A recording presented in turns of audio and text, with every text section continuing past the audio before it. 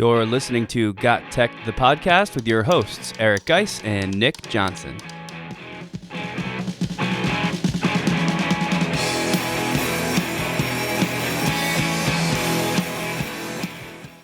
Welcome back to GotTechED the Podcast. This is episode 81 called 2021 EdTech Fantasy Draft. In this third anniversary episode of GotTechED the Podcast, we bring back a former guest, Jeff Loesch, for our EdTech Fantasy Draft. In this episode, we'll all draft our dream team of EdTech tools by the time we're done featuring 21 awesome apps, extensions, and websites. This is another episode you don't want to miss. Check it out.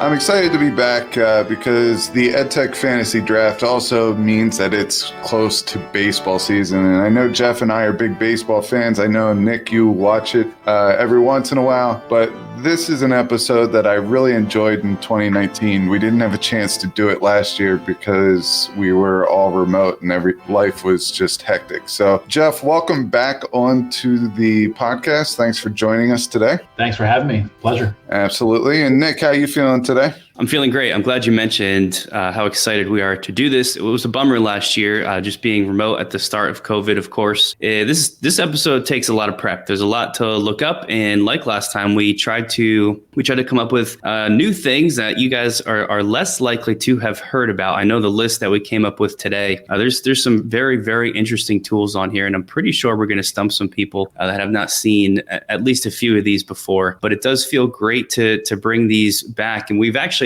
all of us up on this the screen, we're looking at our picks from last time. And it's just kind of funny to me 2 years ago, the types of things we were talking about. One of mine in particular called GIF-it. I was using that literally yesterday. So that's just how powerful that episode was for me. GIF-it, if you don't know, it's an extension in any YouTube video. It adds a little button in the bottom right-hand corner and you can automatically click that button. And it turns that YouTube video into a GIF. It's super useful when I'm making presentations for class and one of many ways that you can turn YouTube videos into GIFs, but I love it. So it was a great episode for me. Guys, was there one that kind of stuck out to you from our first try at this?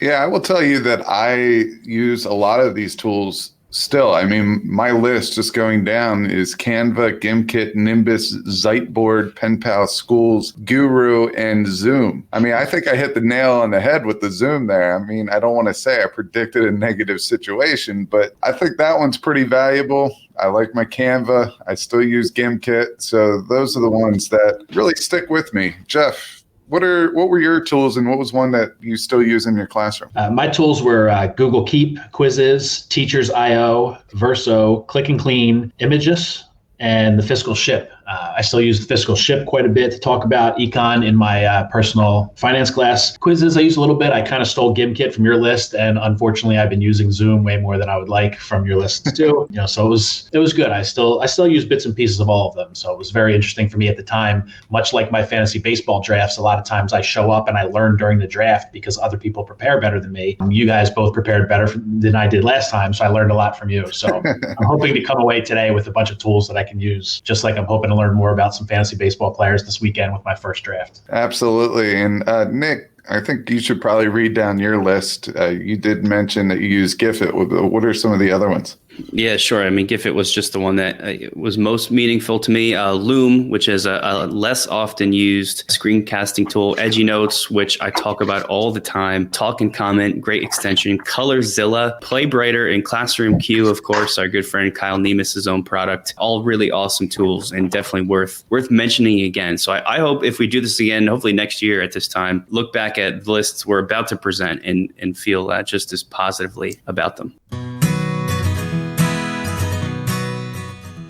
You can follow GotTechED outside the podcast at gottech.com or on Twitter at WeGotTechED.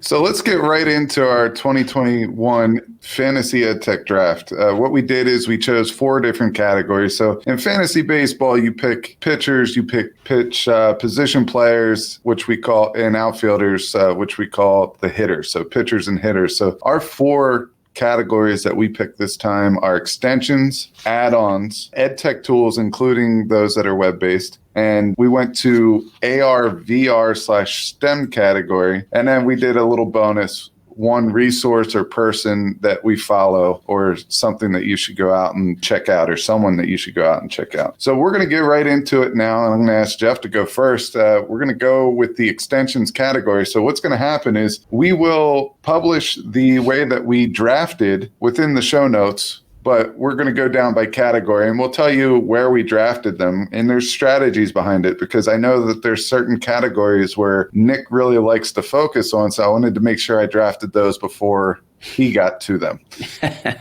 So Jeff, why don't you start us off with your first extension? All right. So I had the first overall pick, and with that, I took something called Go Full Page. I like simple stuff. I like things that make my life simple, and I like things that are simple to use. And what Go Full Page does is it takes screenshots, but it also will scroll through the page for you to get rid of any ads or bloatware or any of that kind of stuff. I can save things as a JPEG or PDF, whatever you need. So as a technology trainer that helps other teachers, it just makes my life a lot easier when I want to be able to share things very quickly and easily. So Go Full Page was just something that was a no-brainer for me. Yeah, that's an awesome one. I know that I put that one into my repertoire after you drafted it, because I am always looking for ways to improve on the simplistic tools and some productivity hacks that I need in my classroom. Nick, why don't you go up next? Yeah, so my extension, one of my two extensions, was called Additor, ADDITOR, Additor. I don't know about you guys, but just recently this past year, maybe because of how we've been digitizing everything, I've been really utilizing bookmarks. Everything I do now pretty much is within the Chrome browser somewhere, which means everything I do now is categorized with bookmarks. I've got Google Docs bookmarked ready for certain tasks. I've got Zoom meetings bookmarked ready for certain tasks. I've got common websites that I use to run a class period bookmarked, and they're all organized, but it is getting kind of crazy. So I made this my number one pick as well,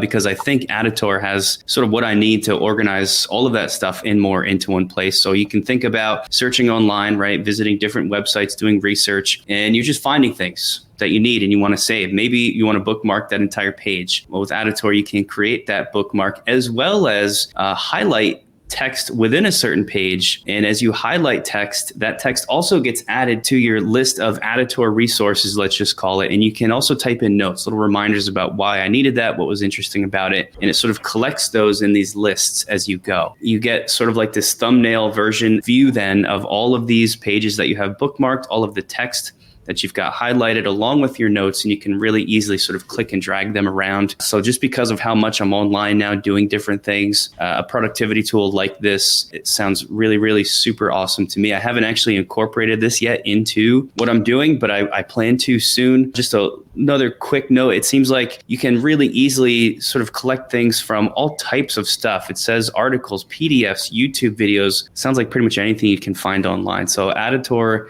it's going to be a big one for me. And that's why it was my number one pick for my extensions. That is fantastic. I also spent a number one pick on an extension, which is WEET, WEET. It's a video and screen recording tool that allows it to be very collaborative. I know a couple weeks ago we talked about one called Bubbles.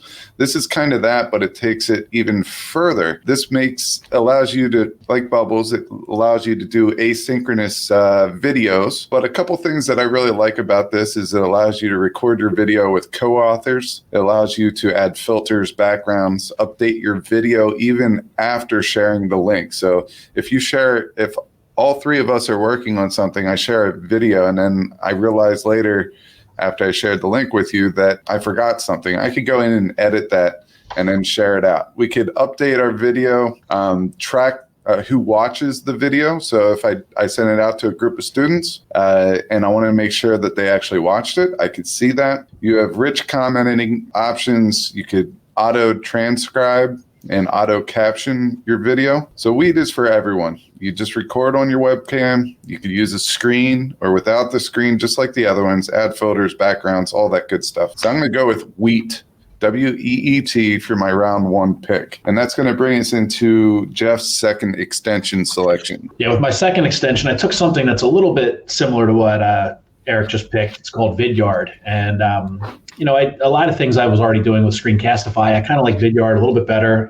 It's a little bit easier to use. You can do a little bit more drawing on the screen and stuff like that. So it's just a way to capture your screen, capture your video. And again, going back to me being a technology trainer, I want to be able to just take video real quick, do something short and sweet. You know, the more detailed, longer, in-depth things I leave to Nick and Geist because they're much better at that than I am. But the real quick and easy things, just to help a teacher who's having trouble, I like to be able to get that done, you know, smoothly, as quickly as possible, get it out to them, and Vidyard's something I can use in those scenarios. That's cool. I think Geist and I talked recently about how there's so many of these screencasting tools that are popping up that are sort of good at like different things. If you want fast and easy, it's always been Screencastify for me, but Vidyard now seems like another option. And you know, you can screencast with WeVideo, which is great, and it gives you tons of editing tools if that's what you want.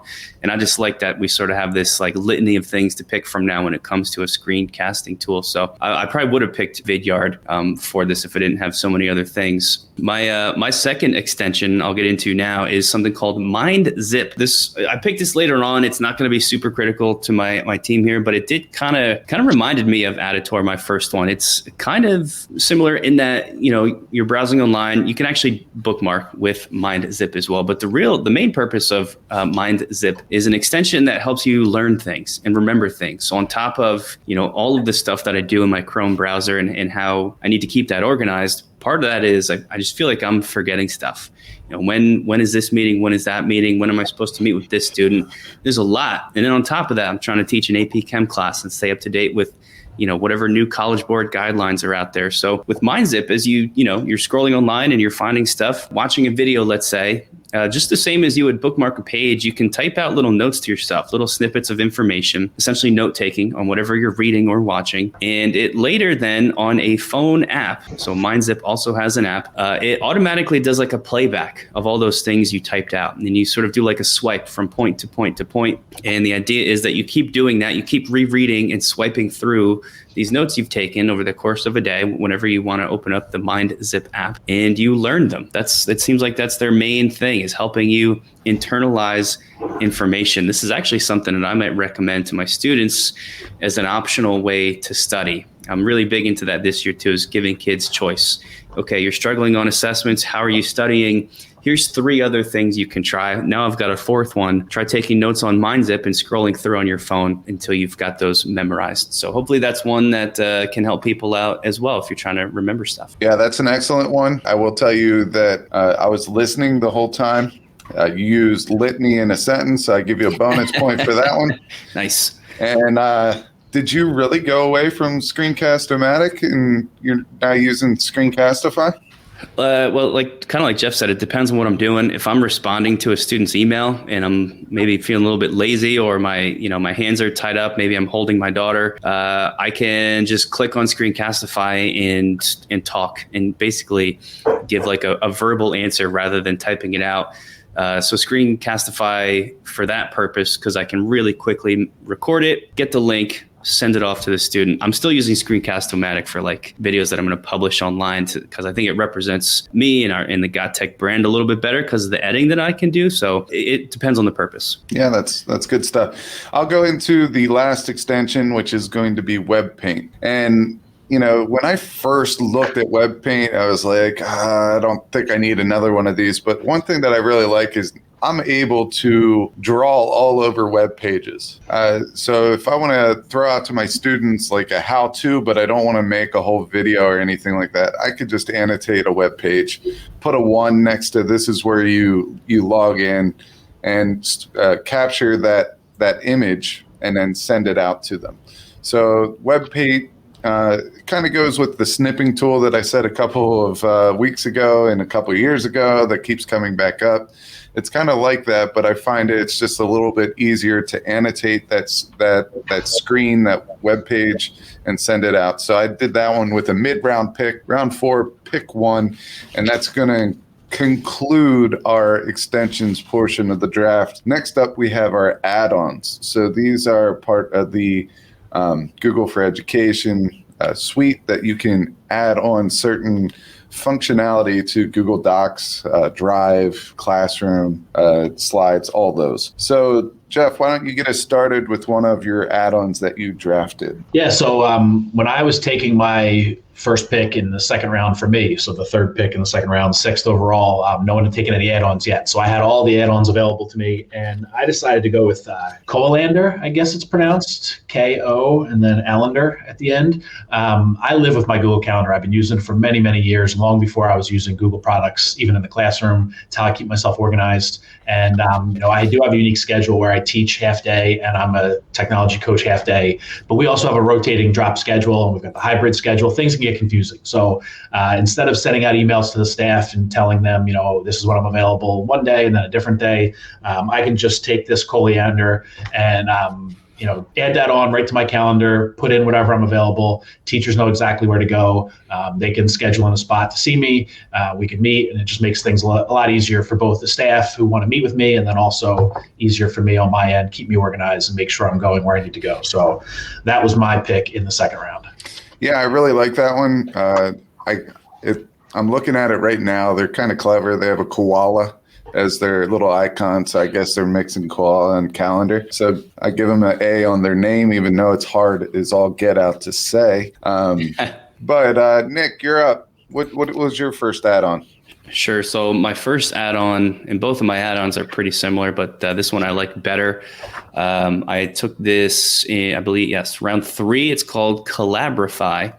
Collaborify is an extension or an add-on that you can sort of incorporate, say with a Google Doc that you're putting together. And now part of that can be it's a collaborative mind map tool. Is probably the best way to think about it. So I like mind mapping. I have my students do it from time to time. Of course, it helps you organize your thoughts, and forcing your students to walk through that organization process. It's great for learning. It really helps them internalize what they've just seen or looked at or have been studying. But one thing that's always been missing from these mind maps is it's sort of like an individual process. You can have kids do it in groups, but it's still one person at the computer linking together all these little thought bubbles with arrows or lines or whatever it is. But Collaborify, especially in this sort of weird hybrid remote environment, it lets multiple students work on the same one in real time, which is huge. Geis and I just did an episode fully devoted to real-time collaborative tools because of how critical that has been to us. And we missed Collaborify on that episode, but it should have been there because it's great. So I can,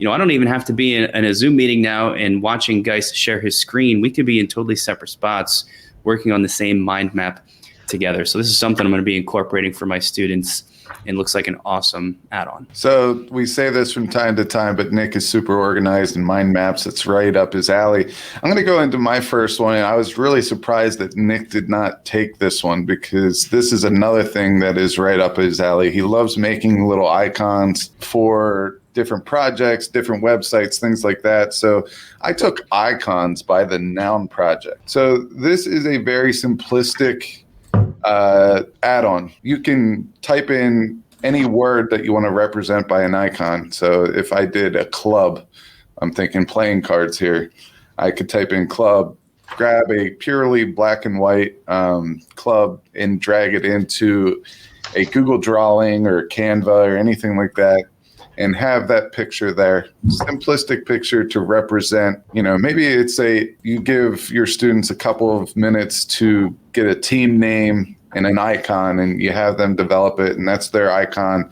or representation for a whole project. But I'm really big into these creation pieces, the avatars, things like that, and I feel like this could be used for all those things.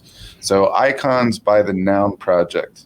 So Jeff, I know what your next add-on is. This is one that I'm a big fan of. Why don't you go ahead and share with us? It's funny listening to you guys. I've noticed how you guys tend to go more towards some of the creative things, and I'm just not as creative of a person. I have a math background, so I like I need the structure. I also do need structure too, but my next one's form approvals, and it's an add-on that just goes to Google Forms. We all use Google Forms. But it's something, as a school district, we have a lot of paper forms that have to get routed throughout the district. And sometimes they stay within a building. Other times they have to go to other buildings. So when we change them over to Google Forms, that's great. But sometimes, person A needs to approve it before it goes to person B, and then person C, and then person D. So with form approvals, you can kind of set that all up and decide, who needs to see it and when, and who should see it first and whatnot. So it has routing conditions and stuff like that. So automatic reminders to let people know that they need to do what they need to do. So that was just something that was kind of right up my alley when administration came to us and asked for the ability to turn some things digital that have been on paper for so long. Yeah, that's a fantastic one. That should probably be recommended over to the board office so we can get some of these papers pushed in a sequence. I think that's a great one. Nick, you also have a pretty interesting second one, which I'm surprised was not the Noun Project, Icons by the Noun Project, but you went with a different one. What one is it? Yeah, that's called diagrams.net. And let me also say that I saw you pick the Noun Project. I was upset by it, but in a few short minutes, I'll explain to everyone why it ended up being a good thing for me. So just put a pin in that, everybody, for now. Back to diagrams.net. This is kind of like my relief pitcher to Collaborify. They essentially do the same thing. So I did that on purpose in this case, too, just because, it's good to have multiple tools for the same purpose. We've already talked about that as far as, screencasting tools go. Maybe, one's good for one thing and then another's good for sort of a different purpose. Diagrams.net is kind of that for me. It is also a diagramming mind mapping tool that integrates, of course, with all your Google Drive things like, docs and slides. There's two benefits to this one that I see over my first mind mapping tool, Collaborify. One of them is that it's really integrated heavily with Google Drive, way more than Collaborify is. It's going to make it easier to use because, of course, everything we do in our school is Google. So the more integrated it is, the better. It's going to let it cross platforms much, much easier from, say, a doc to a slide and whatever I need. That's the first thing. Second thing is they've also got a phone app. So I can do this not only from my computer, my desktop, but also on my phone. And it is just as easy. So if Collaborify is not working for me, or if I need to work from my phone, diagrams.net is going to be my diagram and mind mapping tool. So you can check both of these out and decide for yourselves. Awesome tool. And I'm very glad that you allowed me to draft icons. I will say that my next I'm going to use kind of a weird example just to put it into perspective. And it's also going to age me a little bit. Way back when Adam Sandler did a lot of stand-up comedy, he talked about the lonely field goal kicker because there's everyone else on the team and then you have one basically non-contact person, and that's the field goal kicker. So everyone's field goal kicker, I feel, not everyone, but most people's field goal kicker is Google Sheets. I'm terrible at Google Sheets, Excel, Google Sheets, all that stuff, terrible. But I made it a goal to get better.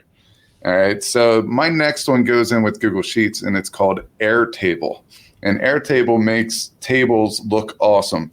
All right. It's kind of like Awesome Table, but Airtable gives you a whole bunch of templates that allows you to export the information in a Google Sheet and make it look really awesome. And you can embed it into your websites. You can also put it into a Google Doc, wherever you want to take it. So I went with Airtable for my round 7, pick 3. And that's going to round us up for the add-ons. So our next category is probably one of the more exciting ones. And this is called the EdTech Tools, including URLs category. So Jeff, why don't you get us started off with this category and your first pick? I'm going to keep it short and sweet. This was my first pick in round 3, thinkio.it. It's just an alternative to Kami. It's similar in a lot of ways. It accomplishes the same goals. I think the students loved Kami when they first started using it, and now it's used so often. It's just another alternative. It lets kids go on PDFs and edit them and do whatever they need to do. Nowadays with us being hybrid, it's harder and harder to do stuff on paper, obviously. So using thinkio.it, they can go on and circle things and cross things out and, whatever they need to do. Just makes life a lot easier for the students. Yeah. And for this one, and I have used this one and I have checked it out. It's free. There's no accounts needed. And the other thing that I really like about it is it's a simplistic form of Kami. Kami, with some students, they get overwhelmed by all the editing options. This is just very simplistic form there. So I was kind of sad to see that one off the board. It was something that was on my radar. Nick, go ahead with your next one. Sure. So my next one here, and this is my favorite category to draft in always. It's also the reason why I didn't care that you guys took the Noun project, because I think I have a better tool that does pretty much the same thing. If you want to spice up your presentations, your screencast videos, or just offer your students a cool place to go when they're making in-class projects, the Noun project is great. But I think even better is something called VisiWig, VISIWIG, VisiWig.com. It's really click and paste vector graphics, just like the Noun project is. However, I find it much faster and easier to use. The Noun project is trying to sell me their icons so that I can edit them myself, which is nice. But one, I don't want to pay, and I don't. Two, I don't want to be asked to pay because that means there's extra clicks to get around that paywall. And with VisiWig, you kind of dodge that. It's much, much cleaner, more modern, more simple. When you go to VisiWig.com, there's 3 giant buttons. That's all you see. One says icons, one says patterns, one says textures. You click and you download and then drag and drop whatever you want to use. As well as they have, patterns and textures, which I wouldn't have even thought, but that would be kind of a cool thing. So if you want to overlay, I don't know, like some grayed out polka dots, or just, I don't know why you'd want to do that, but for whatever purpose on a picture or in like I said, a video, check out VisiWig. I think it's the way to go. That's an awesome one. I never heard of that one. So kudos for that find, but I'm going to stick with my icons for now, but I will give VisiWig a try. My next one I actually learned from the Fonz. He does the My EdTech Life podcast, and we were actually in one of our clubhouse rooms that we ran. And this one's called capwing.com. And if you go to capwing.com, it's a free tool. There's no watermarks. You have you can export videos up to 7 minutes long, publish up to 3 hours of video per month, edit and store content up to 2 days. So the storing of content is limited, but really if you finish it and you export it, you're good to go there. This capwing.com, it allows you to go into studio mode, video maker, meme generator, subtitler. You could add audio to video, resize video, remove background from images, trim video, add audio to GIF.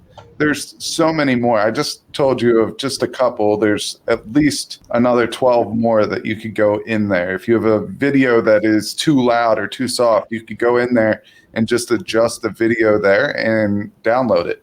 So make changes and download it. So a lot of great tools here. Go check out capwing.com. All right. So I think that one right there is probably one of the ones that I'm most excited about. So thanks, Fonz, for sharing that one with us. Let's go into your next one, Jeff, which I also find very, very appealing to check out. Yeah, so this one's called Plot Note Studio, and I said earlier I'm not that creative of a guy, and this one's really good with user templates and stuff to make designs, so I can start with someone else's creativity and just kind of adjust it to fit my own needs. You can quickly add backgrounds and other types of images and text and stuff. You don't have to sign up; it's free, which is always one of the best things with when you're working with technology. So again, short, sweet, simple, easy to do, and I don't have to be too creative starting from scratch. That's another great one. It reminds me of Canva. Nick, let's just hop right into yours so we can, keep on pace with our time crunch today. Yeah, sure. So this is another really great tool. It's very simple, so this should be fast. It's called Talking Points. Talking Points is what looks to me to be probably the easiest way to communicate with your multilingual parents who maybe speak a different language than you do. And we have this a lot more than we used to in education. And it's also extra important to actually communicate with parents. And, that's a huge part of what we do. And there's lots of ways you can do that. I mean, there's Google Translate is out there to help you sort of go back and forth. But Talking Points kind of does all the hard work for you. You can think about it as like simply texting back and forth, except when you text, it automatically translates your text into the language that the person receiving it prefers. They respond in their own language, and as it comes back to you, it's automatically translated back to the language you prefer. So there's sort of takes out the middleman of having to translate it yourself, because as long as you set those languages at the beginning, then the communication just kind of flows from there. I have not tested this, but this is rated as having the highest quality translations that's out there on the market today. As well as you can use this on your phone app, which I think is probably the way that I would do it. There is a website as well, so you can do it via your desktop or the phone app. But definitely check out Talking Points. Anybody that is trying to find maybe a smoother way to communicate with students or parents who speak a different language than you. Yeah, I like that one a lot, and I like the fact that it's a nonprofit and that they're really focusing on putting that communication aspect between teachers and parents and family members first. My next one, I took another one that was in the Clubhouse realm that I learned about, and this one was getting passed around by several people. I've heard, once again, the Fonz talk about it. I heard Chris Nesi talk about it, who runs the House of EdTech, and also Mike Brilla. These three guys were all talking about it, so I went and I checked it out. So this is like another kick or another spin to like a Zoom meeting, or really a video Clubhouse almost. If you choose a background, a picture, let's just say it's the bottom floor plan of a house, and you have the different rooms, you have the kitchen, the living room, the dining room, and stuff like that. You invite people into this Kumo space, and if we would take just our little square box of our video, we're able to navigate the bottom floor of that house. I could go into a kitchen, and as I get closer to Nick and Jeff in the kitchen who's having a conversation, I could start hearing their conversation. If I don't really like that conversation, I could move my avatar, my little video image, into the living room, and I can see two people in there having a conversation. If I like that one, I can hang around, or I could keep moving around. I almost think of this as a little virtual ed camp possibility where you just go in and check in with different people in different areas. So I think this one is one that I would really like to check out. And that is going to wrap up our third category of EdTech tools, including the URLs, and it's going to bring us into the STEM and engineering category. And for this one, we're just going to list out the name of the tool and give you our quick rundown of each one of these, kind of like we did in the last couple, but these are a little bit more cut and dry, and you're going to have to go out and check them out a little bit once we give you the description. So Jeff, go ahead and give us your first STEM/engineering tool. I did Thinkiverse, it's called, and that's just where you can go in and grab the STL files you need to make 3D prints and whatnot. So again, going back to my theme of not being the most creative and creating these from scratch myself, there's such a wide variety of things out there that people create things, they do great stuff, and they want to share with others. So there's a gallery out there. You can choose the file, download the file, and just print it up on your 3D printer. So Thinkiverse is a great selection, more and more things every day. Yeah, that is a great one. We do use that to kind of get motivation in our classrooms sometimes as well. This is something really cool. I saw a Mount Rushmore on there, and people were changing the faces of the presidents and putting their favorite teachers on there, and so on and so forth. So I think that's an awesome opportunity. Nick, go ahead. This is my fourth round pick, but it's probably also my favorite one, just because of how cool it is. If you guys like the snipping tool, I'm obsessed with the snipping tool. This is called Clip Drop, and Clip Drop is like the augmented reality snipping tool that you can use in real life. So I can see my cat sitting on the floor in front of me. I can hold up my phone, the camera opens. Clip Drop will capture a transparent background image of my cat. I drag my phone's camera onto my desktop screen, and if Clip Drop is open there, it automatically inserts that image of my cat into my computer, and I can then copy paste it into whatever I want. So this combines like 3 different tools all in one, and again with that super awesome augmented reality piece. So check out Clip Drop. I'm obsessed. I'm going to go with my next one, which is Spline. I think it's called that. If it was Spleen, it might be spelled different, Spline. And that is something, it's in beta right now. You could download the Windows or the Apple Mac versions of this. It gives you a little creation spot there, and you can start making things in 3D. So it's a lot like Photoshop and some of those where you can expand the X, Y, and Z axis and make them 3D, and then you could take those images and use them elsewhere. But that is called spline. Our last category is someone or something that you follow. And I'll break the mold of the order real quick because I kind of sprung this one on you at the last second. But I'm going to go, and I mentioned his name a couple of times. I'm going to go with Alfonso Mendoza, my EdTech Life podcast. I'm going to go with him just because I've learned so much from him just in the Clubhouse area. So I'll go with Alfonso Mendoza. I'll have his Twitter handle in the show notes. So I'm going to go with a website called weareteachers.com. They just feature so much really cool stuff. You can also find them on Twitter, but I get their emails. They send out like once a week. That's weareteachers.com. It's always helpful things. I know sometimes it's annoying to get those spam emails that you sign up for. This is not that. Check out weareteachers.com. And I'm going to cheat a little bit. These guys did not put me up to it, but I'm going to go with GotTechED. They do a great job. I know they, I'm not just doing this because they're here and patronizing them, but they do a great job, obviously, of finding new things, trying to think outside the box. The podcasts are fun to listen to from time to time. I will tell you, I listen to podcasts all the time and mostly in my car. When you're in your car, you can't take notes. You can't jot stuff down. The fact that they have such detailed notes on all the podcasts are excellent, because then I can go back later. Frankly, I forget half what I heard anyway, but I go back through the show notes, remind myself what I heard. Oh yeah, Nick made a great comment about this, or Geis made a great comment about that. Click on it, go find more details, and try to implement it in my everyday life. So GotTechED would be my recommendation. We appreciate that. And the reason why we waited so long to tell you that you needed one of these is we were hoping you would do just that. So it worked out.